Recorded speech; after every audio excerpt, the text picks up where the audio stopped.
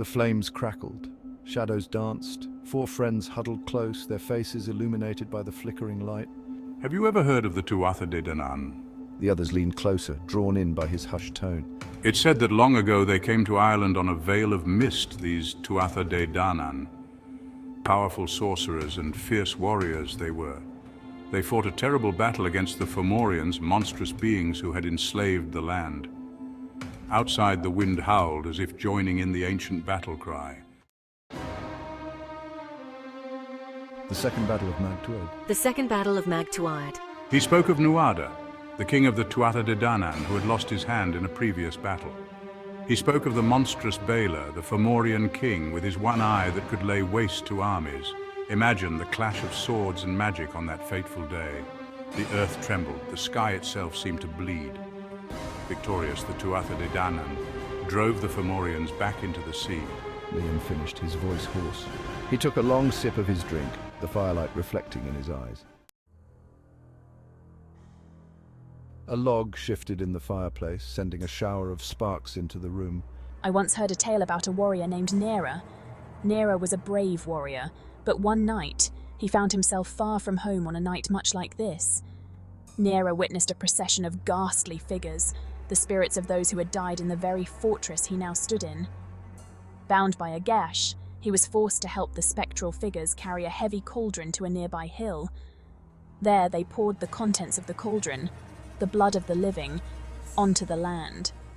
And as they did, Nera saw the mounds of the Sidhe open, and from them emerged the fair folk, their eyes glowing with an unearthly light.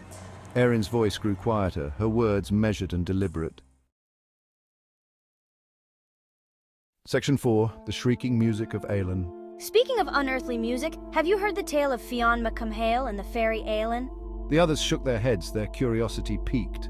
Aelin, a creature of the otherworld, every Samhain would emerge from his fairy mound, playing a haunting music on his enchanted harp that could lull even the bravest warrior to sleep. Fionn McCumhale, leader of the Fianna, refused to let his people be put to sleep by this enchantment. He described how Fionn, armed with a magic spear that kept him awake, confronted Aelin on a Samhain night. The battle raged, the music of the harp clashing with the clang of weapons, until finally Fionn triumphed. But Aelin's story doesn't end there. Section 5, Harbingers of Doom. A log in the fireplace broke in two, momentarily silencing David. An uneasy silence descended upon the group. There are other creatures that haunt the night, creatures that bring not enchantment, but dread. He spoke of the Dullahan, a headless horseman who rode through the night, his own severed head tucked under his arm. Beware if you hear the sound of hooves approaching, but see no horse. The Dullahan is abroad, and he has come for a soul.